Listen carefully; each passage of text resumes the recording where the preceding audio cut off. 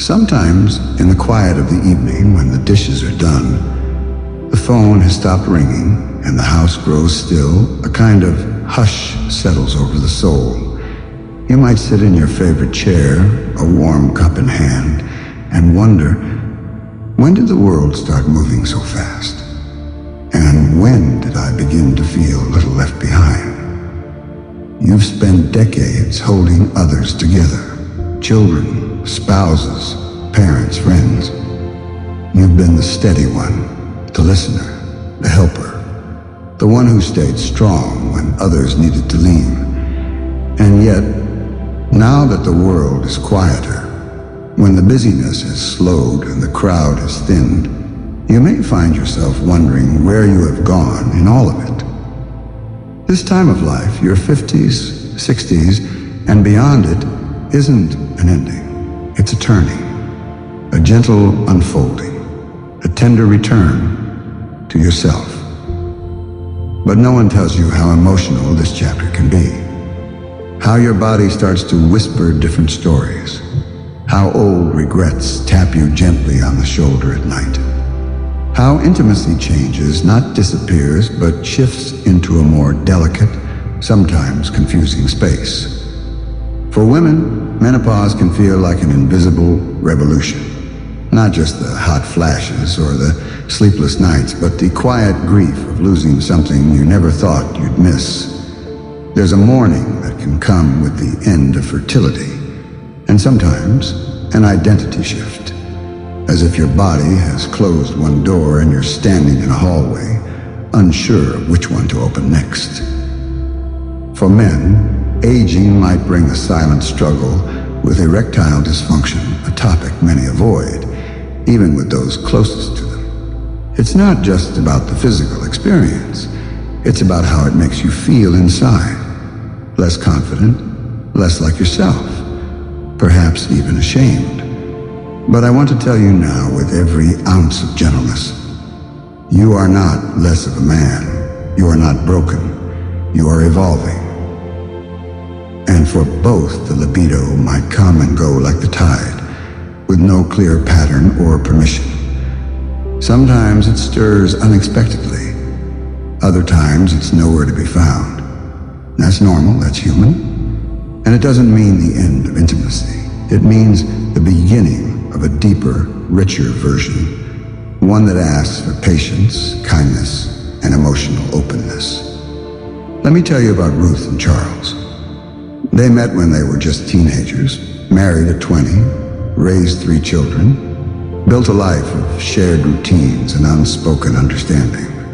But by their late 60s, they'd grown distant, not angry, just muted, like they'd become background music to each other's lives. One evening, Ruth asked Charles if he remembered the last time they had really touched, not just a quick kiss or holding hands at church, but truly connected. He couldn't answer. That night, instead of switching on the TV, they sat across from each other in their old kitchen, hands wrapped around mugs of tea. And for the first time in years, they talked about how Ruth had stopped feeling attractive after her body changed, about how Charles had quietly avoided physical intimacy out of fear of failure. They cried a little. They laughed a little more. And over the months that followed, they began rediscovering each other, not with grand gestures, but with tiny, loving moments. A hand resting gently on a shoulder, a compliment, a shared memory, a walk without phones. They didn't try to recreate the passion of their 20s. They created something new, more tender, more forgiving. You see, intimacy after 50 isn't about performance. It's about presence. And presence begins with you. If you've ever looked in the mirror and felt disappointed, please know this. The lines around your eyes are not flaws. They are proof that you've smiled, cried, squinted in sunlight, lived. Your body has carried you through heartbreak and celebration, through grief and joy.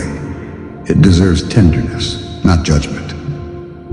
And if you've ever pulled away from your partner emotionally or physically out of fear that you are no longer desirable, Please remember, desire is not only physical, it is emotional, it is spiritual. It is the connection that lives between two people who see each other, truly see through all the noise of life. Now you may be alone, perhaps widowed, divorced, or simply choosing your own company. And that is sacred too, because emotional intimacy is not just something we share with others, it is something we must relearn with ourselves. There is such beauty in discovering who you are outside of the roles you play, outside of being someone's spouse, parent, caregiver.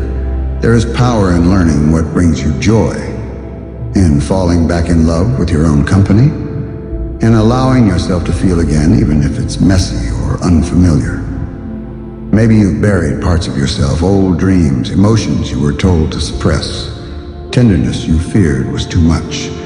Now is the time to dig them up gently, to dust them off and sit with them. You are never too old to feel deeply. You are never too late to start again.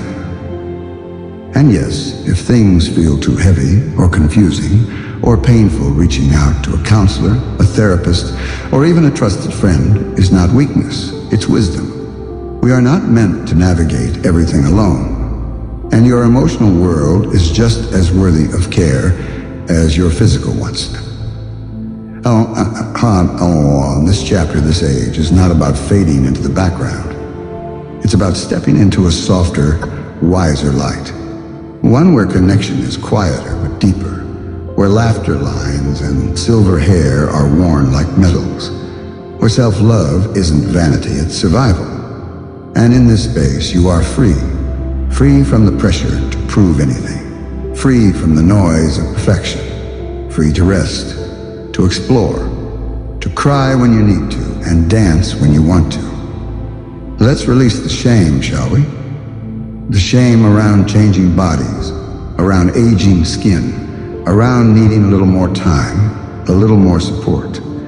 There is no shame in growing older, only courage, only grace. You are still beautiful. You are still needed. You are still capable of deep, soul-level love with others and with yourself. So tonight, maybe when the house is quiet again, I invite you to take a moment. Place your hand on your heart. Feel it beating. That rhythm, that's your life, still unfolding, still writing its story. And it's a beautiful one. Now let's keep writing it together. If this video touched something in your heart, if it made you feel seen even just a little, I gently ask you to like it. Share it with someone who may need these words, and subscribe to The Age of Beauty. Because you deserve a space where aging is honored, where stories are shared, and where love never runs out, no matter the number on your birthday cake. We're here for you, and we always will be.